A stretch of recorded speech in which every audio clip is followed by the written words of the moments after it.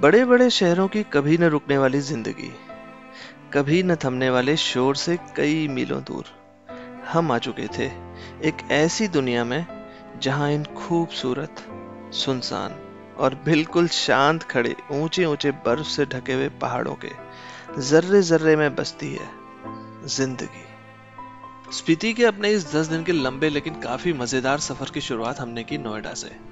नोएडा से हम लोग ड्राइव करते हुए पहुंचे सीधे शिमला, जहां हम लोगों ने ओवरनाइट स्टे किया। शिमला से अगले दिन हम लोग पहुंचे रक्षम, रक्षम से नाको, नाको में हम लोगों ने एक होम स्टे लिया। नाको से अगले दिन हम लोग ड्राइव करते हुए सीधे पहुंचे ताबो, और ताबो से काजा, और अंत में हम लोग पहुंच गए स्पीति वैली, जहां हमें जाना था। स्वागत है आपका स्पीति वैली में, जो कि भारत और तिब्बत के बीच का हिस्सा है, इसीलिए इसे द मिडिल लैंड भी कहा जाता है। कुछ लोग इसे मून लैंड भी कहते हैं। यहाँ आकर आपको एहसास होगा कि आप किसी अलग ही दुनिया में आ चुके हैं। आप चांद, जो कि यहाँ से करोड़ों अरबों मील दूर है, उस पर चहलकदमी कर रहे हैं, और यकीन मानिए मीलों दूर तक आपको इसी तरह पसरा हुआ सन्नाटा और ये ऊंचे ऊंचे पहाड़ वाकई में चांद पे होने का एहसास कराएंगे। स्पीति वैली के अपने इस सपने को पूरा करने की शुरुआत आज से ठीक 1 महीना पहले हुई, एक छोटे से सपने से। सपना था अपने घर को भी अपनी इस ट्रिप में साथ लेके चलने का। बस फिर क्या था, जुट गए हम अपने इस सपने को सच करने के लिए। थोड़ा सा दिमाग लगाया और अपनी कार को ही हमने अपना छोटा सा प्यारा सा घर बना डाला। इसके बीच में बनाया एक 4x6 का बेड, जो उतना बड़ा तो नहीं, लेकिन दिन भर की लंबी थकान के बाद हमें एक चैन की नींद देने के लिए काफी था। हमारी इस छोटी सी कैंपर वैन में खाने, सोने और रहने का पूरा इंतजाम हम कर चुके थे, और आखिरकार वो दिन आ ही गया जब हम निकल पड़े खुद को और बेहतर समझने के लिए, अपने सपनों को पंख देने के लिए, जिंदगी के एक अनछुए पहलू को जानने के लिए, स्पीति वैली। तो चलिए अपनी इस कहानी को शुरू करने से पहले आपको मिलाते हैं इस कहानी के 4 किरदारों से। ये हूँ मैं, और मेरे लिए ट्रिप का मतलब है ऑफ बीट लोकेशंस पे जाके कुछ आउट ऑफ द ट्रैक काम करना, जो आप आगे देखेंगे। और ये है किरण, खूब खाने पीने की शौकीन। इन्हें हमारी हर ट्रिप में वहां घूमने से ज्यादा मजा वहां की लोकल डिशेस ट्राई करने में आता है। ये हैं इस कहानी के सबसे छोटे लेकिन सबसे शरारती आद्विक कर्णपाल। प्यार से लोग इन्हें कुक्कू बुलाते हैं। ये इतनी एनर्जी जोश लेके चलते हैं कि पास में बैठे इंसान को भी चार्ज करते हैं। और ये है हमारा घर, या यूं कहूँ हमारा चलता फिरता घर। अपनी इस कभी न भूलने वाली ट्रिप में ये हमें उस हर जगह बड़ी आसानी से ले गई जहां हम जाने की सिर्फ कल्पना कर सकते थे। अपनी इस एडवेंचरस ट्रिप की शुरुआत हमने की नोएडा से, और आज हमें पहुंचना था नारकंदा, जो हमारे घर से करीब 500 किलोमीटर दूर था। तो क्या हम आज नारकंदा पहुंच पाए, या फिर हमारे साथ कुछ ऐसा हुआ जो हमारे प्लान में था ही नहीं? चलिए देखते हैं आगे। तो अभी हम हैं नोएडा एक्सप्रेसवे पे, और यहाँ से ये रास्ता दिल्ली के बीच में से होते हुए हमको लेके जाएगा, और यहाँ से हम जाएंगे सोनीपत, और सोनीपत से फिर जाएंगे आगे नारकंदा। तो दोस्तों पहले टॉल पे हम लोग पहुंच चुके हैं, यहाँ पे मूर्थल से आगे। अभी हम आ चुके हैं यमुनानगर, और यहाँ पे ब्रेक लिया है एक नेचर्स कॉल के लिए।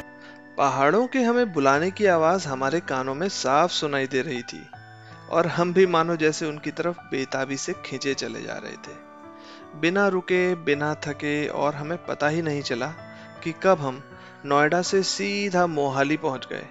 सुबह से कुछ खाया भी नहीं था, तो हम यहाँ कुछ देर के लिए रुक गए, पहियों को थोड़ा आराम दिया, ब्रेकफास्ट या यूं कहूँ कि ब्रंच किया, और हम लोग फिर से निकल पड़े शिमला की तरफ। अभी मोहाली से निकले हुए हमें कुछ ही समय हुआ था, और सामने दिखने लगी थी जिंदगी।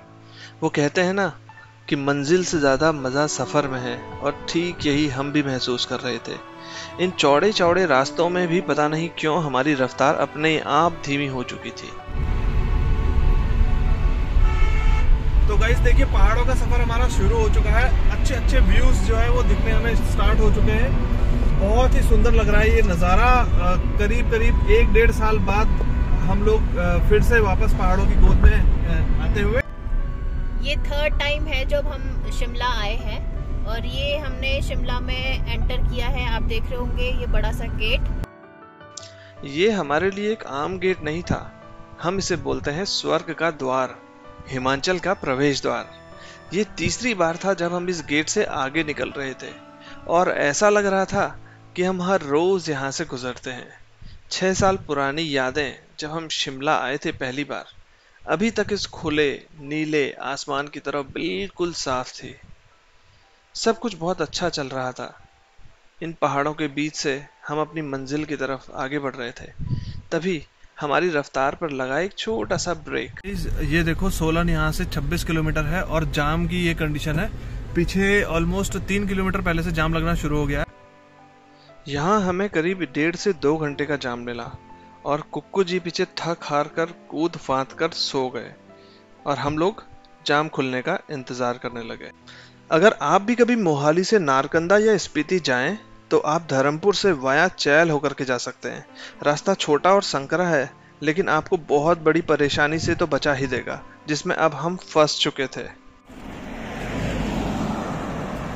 तो शिमला से 20 किलोमीटर पहले अभी हम, काफी जाम लगा हुआ है और नारकंदा शायद शाम तक पहुंचेंगे 7-8 बजे तक। तब तक भुट्टे का मजा ले रहे हैं। भूख लग रही थी और भुट्टा खाने का मन कर रहा था तो भुट्टा ले लिया। टेस्ट बहुत अच्छा है इसका, तो इसको फिनिश करते हैं फिर आगे बढ़ेंगे। खैर, किसी तरह रेंग रेंग कर हम आगे बढ़ रहे थे और हमें समझ आने लगा था कि आज शाम तक तो हम नारकंदा नहीं पहुंच पाएंगे। समय बीतता जा रहा था और भूख से हम बेहाल हो चुके थे। अच्छी बात यह थी कि हमारे पास कुछ खीरे थे और वही हमारे काम आ गए।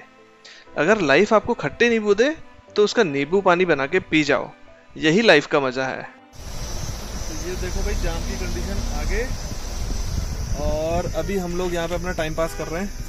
खीरे से खीरा काटा जा रहा है। क्या करें, कुछ तो करना ही है और भूख भी लग रही है। तो पपीता और खीरा रखा हुआ था हमने, तो वही अभी काट रहे हैं, खा रहे हैं। कुकू को नमक ढूंढ रहा है, पिछले 15 मिनट से उसे नमक नहीं मिल रहा बॉक्स में। 15 नहीं, 50 घंटे से। 50 घंटे से। तो फाइनली 15 मुझे नमक मिल गया 50,000 घंटे के बाद। 15 मिनट इसने ढूंढा, उसके बाद इसको नमक मिल गया। ये है हमारे मसाले का पाउच जिसमें सारे मसाले हैं, तो इसी को ये 15 मिनट से ढूंढ रहा था। तो अब जाके हम खीरा खा सकते हैं नमक लगा के, क्योंकि हमें भी खाने नहीं दे रहा था, अपना में ही खा रहा था। अब शाम होने को थी और हमारे सामने अगला चैलेंज था, कोई सेफ कैंपिंग लोकेशन सर्च कर ली जाए और थोड़े पीने के पानी का इंतजाम कर लिया जाए। जाम के मामले में आज हमारी किस्मत बहुत खराब थी, लेकिन कुदरत हम पर मेहरबान थी, क्योंकि गाड़ियों की लंबी लंबी कतारों के बीच में हमें नजर आ गया पानी का एक धारा। जानते हैं ना, ऊंचे ऊंचे पहाड़ों के बीच से एक एक बूंद रिस कर पेड़ों की मिट्टी की हवा की सुगंध लिए जो मीठा पानी बहता है, उसे बोलते हैं धारा। तो दोस्तों, ये देखो, कुक्कू जो है वो बोतल भर रहा है अभी। अगर मिनटों का काम घंटों में करना है तो इसको बुला लो, एकदम परफेक्ट हो जाएगा।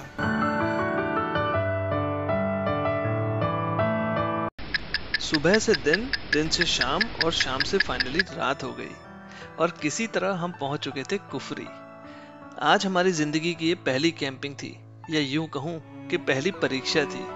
अगर इसमें हम फेल हो जाते तो यह तय था कि हम यहाँ से स्पीति न जाकर वापस घर आ रहे होते। देवदार के ये ऊंचे ऊंचे पेड़ों को चीरती हवा की साएं जो कि मीठी सी ठंडक लिए हुई थी, हमारी दिन भर की सारी थकान मिटा रही थी। और फिर हमने तैयारी शुरू की डिनर की। तो खिचड़ी तो हमारी बन चुकी थी मूंग की, और उसके बाद हम लोगों ने उबाल दिया दूध, और इसके बाद हम बैठेंगे अंदर। पहले इसको सेट कर लेते हैं अंदर, फिर बैठ के खाते हैं। क्योंकि रात बहुत हो चुकी थी और कल सुबह हमें फिर से जल्दी निकलना था, इसीलिए हमने जल्दी से हर इंडियन फैमिली का झटपट खाना खिचड़ी, या यूं कहूं तहरी ही बना डाली। और अभी चल रहा है यहाँ पे, ये देखो, खिचड़ी, मूंग की खिचड़ी और विद घर का घी। ये घर का घी है जो हम लेके आए थे अपने साथ में, और उधर रखा है दूध। खाना खाने के बाद अब समय हो चुका था इस लंबे खूबसूरत दिन को अलविदा कहने का। मेरी हाइट 5'9" है और मैं कंफर्टेबली इस गाड़ी के अंदर आ रहा हूँ। इधर से भी मैं आपको दिखाता हूँ। तो यहाँ से कुछ इस तरह का है ये पूरा लास्ट तक, और सारा सामान जो है वो हम लोगों ने आगे एडजस्ट कर दिया है अपना। आज के अपने इस सफर का हॉल्ट हुआ कुफरी में, जो कि हमारी प्लानिंग में कहीं था ही नहीं। प्लानिंग तो हमने की थी हाटू पीक नारकंदा में रुकने की, जहां से हम अभी भी करीब 60 किलोमीटर दूर थे।